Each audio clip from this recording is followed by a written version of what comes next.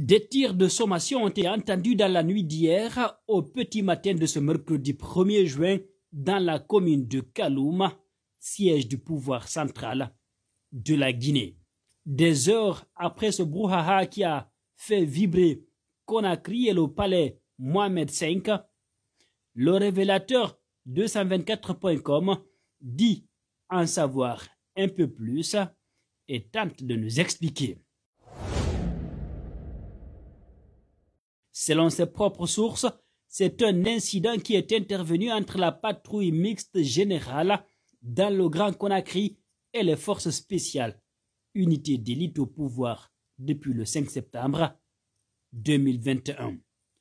À en croire l'informateur du site d'information, malgré l'incident qui a polarisé toutes les attentions, le calme serait revenu ce mercredi aux environs de 11 h au quartier général du camp Samori Touré de Kaloum, l'un des plus importants du pays.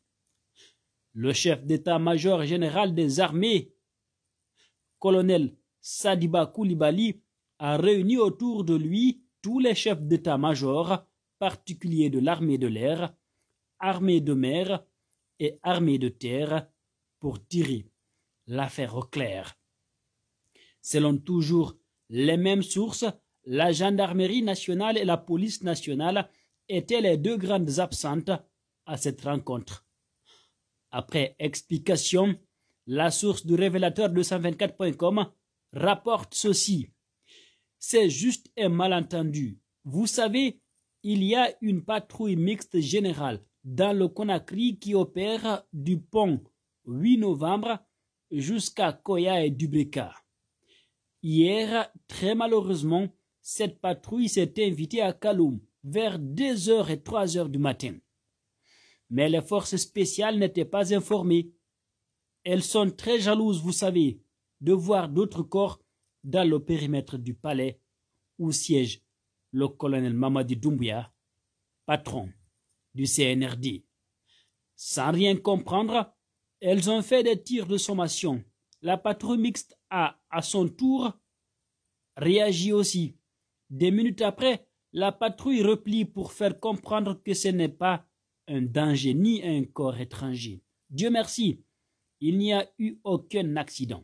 Et ce matin, très tôt, le colonel Sadiba a invité les différents chefs d'état-major particuliers pour des explications. C'était juste un malentendu. Heureusement, le calme est revenu, sans aucun drame, affirme la source.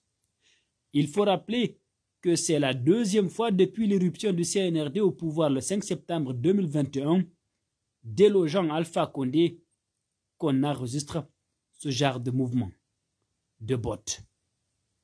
Pendant ce temps, du côté d'africaguinée.com, l'un des sites les plus lus de la Guinée, indique à la veille du référendum constitutionnel controversé de mars 2020, un groupe de militaires avec à leur tête le commandant Zami Pascal avait voulu renverser Alpha Condé déchu le 5 septembre 2021. Ils avaient voulu prendre le contrôle du camp Alpha Yaya Diallo, la plus grande garnison militaire de la capitale, ensuite les antennes des médias d'État. Mais le coup n'avait pas réussi à l'époque. Suite à ce putsch manqué, plusieurs militaires et civils avaient été arrêtés puis accusés de faits d'utilisation illicite, participation à un mouvement insurrectionnel et complot contre les intérêts fondamentaux de l'État. Le 17 mai dernier, le commandant Zami Pascal Camara, cerveau du putsch manqué, avait expliqué à africaguinée.com les raisons qui l'avaient amené sur ce chemin subversif. Il avait demandé au colonel Mamadi Doumbouya, actuel président de la transition guinéenne, de les élargir. Une source proche du dossier a confié à africaguinée.com que tous les accusés dans cette affaire qui étaient détenus dans les différentes prisons de Conakry, Kindia, Sigiri et Kankan sont regroupés depuis quelques jours à la maison centrale de Kankan. L'ouverture de leur procès était prévue ce mercredi 1er juin 2022 matin devant le tribunal militaire de Kankan. Voici la liste des 26 personnes accusées dans cette affaire, dont 20 en détention, 18 militaires et 2 civils depuis mars 2020.